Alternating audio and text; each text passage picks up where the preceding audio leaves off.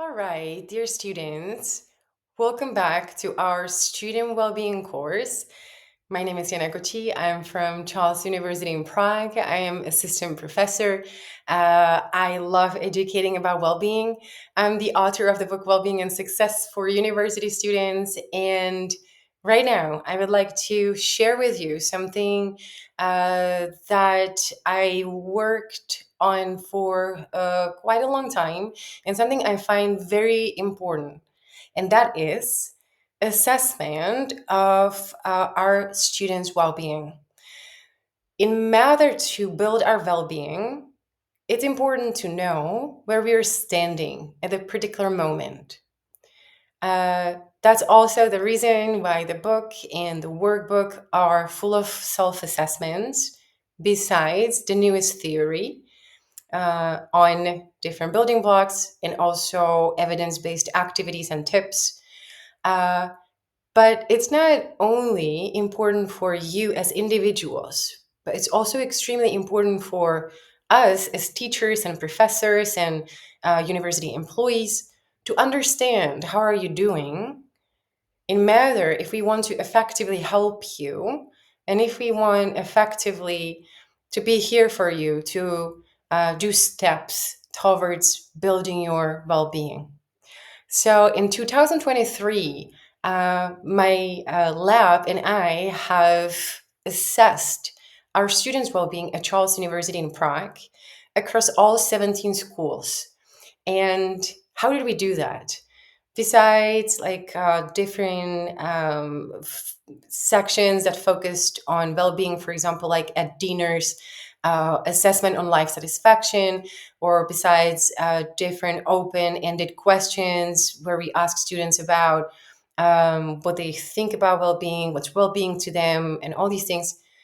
The main part of the tool when we were assessing our students' well-being was that we took all 10 building blocks of well-being. And as mentioned, as in the book, uh, my colleague and I, we fractured the individual building blocks into subcategories. So we basically took all these categories in total of 78 and we threw them on our students. And the main question was, as you already know, can you please share with us how are you doing in these areas of your life on a scale 0 to 10?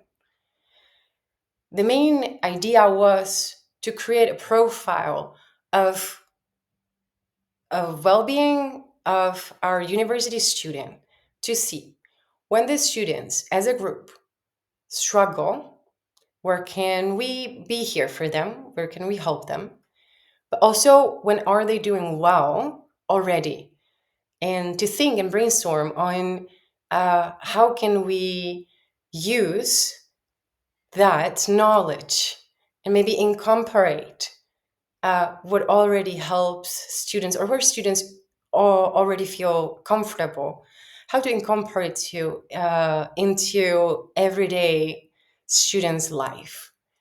So let me please share with you the results.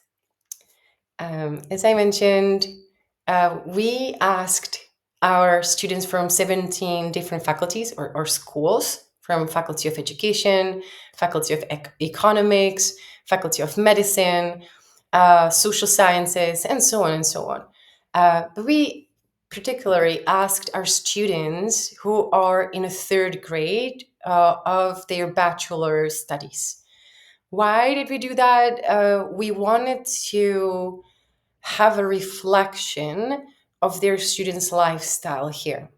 If we ask our students in a first year of study, we would most likely be reflecting on their previous studies, and the main contributor to their well-being or the reflection would be also how are they doing in their family life and personal life. But to make sure that we reflect at least a little bit of student lifestyle, we asked our third graders in the last year of their bachelor studies.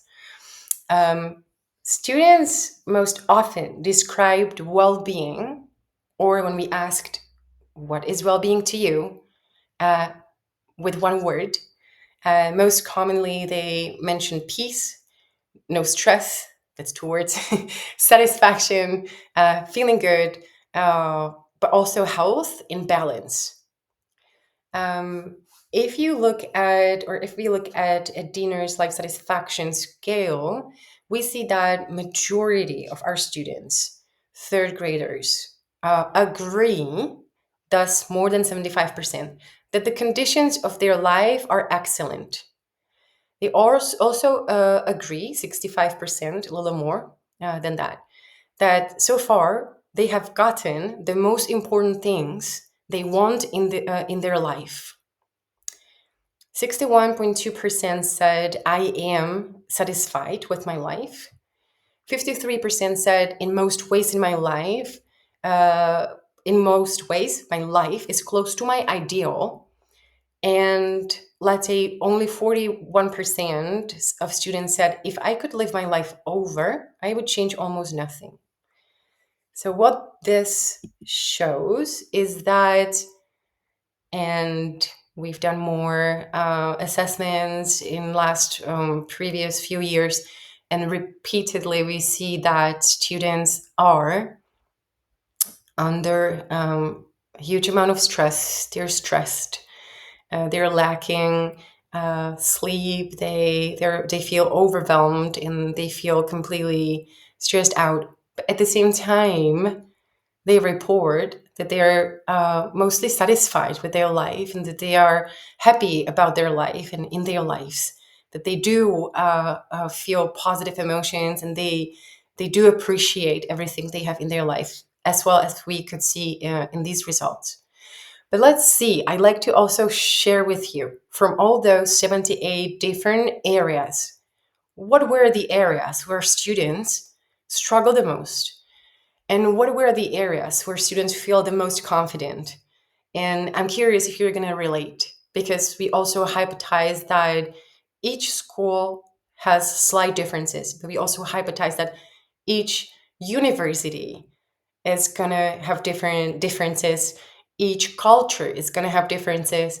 And even if we tested our students right now in a different part of academic year, the results would be slightly different. But let's see if you feel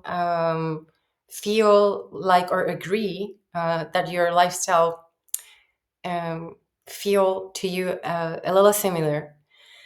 As we already know, on a scale 0 to 10, the students assessed themselves with the lowest numbers, thus said most commonly with zeros, in satisfactory investments. And I think we would be shocked, we would be surprised if our students would be happy with their investments, because university students are in general, um, or university lifestyle is demanding on finances, and it's very common for this part of your life that you feel you don't feel 100% economically secured.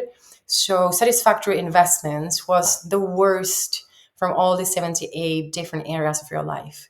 Then again, let me stand straight. Good body posture. And I'm also convinced that this pretty much um, relates to university students' lifestyle. You sit a lot, you carry heavy backpacks, purses, and we spend a lot of time sitting by a computer studying. So, good body posture was the second worst area where we assessed ourselves. Then enjoyment of what you do at school. If we flip it, it also means students feel kind of bored at school. Uh, then we have faith and spirituality, that students don't feel very spiritual, nor they don't feel like they have faith. I think that can be very specific for my country, because Czech Republic culturally, traditionally, is not very, very religious. But I would like also say that spirituality and faith is not only about religion at all. Actually, it's also about seeing meaning and maybe living for something greater than we are. But I do understand after this assessment that we have to vocalize this to our students more often. Then engagement in school. Students feel like they're not very engaged in what they're doing at school.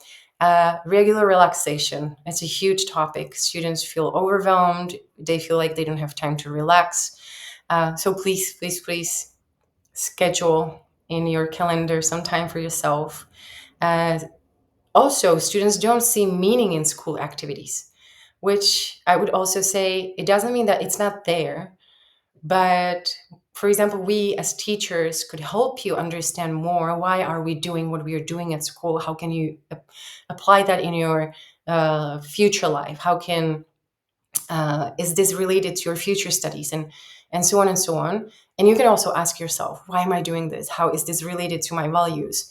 How is this related to my greater plan? But then ability to focus. Students kind of feel like they can't focus very well. They don't have satisfactory savings. It's very much related to the investments and good income. Students feel like they don't have good income, which again, I feel, or it's not only my feeling, but looking at studies across the world and also in Euro student studies here in Europe, we see that students don't feel very confident in the financial security. But let's see, on the other hand, here is where students feel very confident and good. In different words, where students assess themselves with the highest numbers, with it number 10 most commonly. High quality relationship with animals and pets. I'm not, again, surprised that we feel confident and we feel like we're doing really good at this part of our life, which is we have good relationship with pets. Then students feel like they do take responsibility for their actions. I completely agree with that. Knowing my students, working with students on a daily basis, I know that our students are very responsible. High quality relationships with significant others on the third place. Student feel like they have good relationships with significant other. Serving others with no expectation to get anything back is another area where students feel confident. Altruism, very oriented to others. Access to quality healthcare. I'm sorry, I skipped one. High quality relationships with nature. That means if you know that you feel comfortable here and that this is contributing to your well-being, find time for time outside. High access to quality healthcare. I think it's also very specific for my country because we are very pro-social and we have very good access to healthcare. Shared positivity. Our students enjoy seeing other people being happy. Engagement in my hobbies, meaning I don't feel bored when I'm doing my hobbies. I feel engaged. I enjoy time spending on my hobbies. Then responsibility in general and recognition of enjoyment of others' achievements. Thus, when you see someone else succeed, you not only recognize that, but you also enjoy that. So I think this is very beautiful. As we can see, our students are uh, oriented to others, very responsible. What really help you to generate your well-being are relationships, or you feel confident in your relationships. So please use this as a navigation. We are going to discuss all of this much more in depth, but for now, you can use this as a navigation. Uh, Use what you already feel comfortable in. And I promise that we're going to look into the topics where you might not feel confident. We're going to discuss what to do, what can be done, what are the tips and activities that you can practice to generate your well being. So I see that I'm ending, or my 15 minutes are ending in 30 seconds. So again, thank you so much for spending time here with me, for caring for your well-being.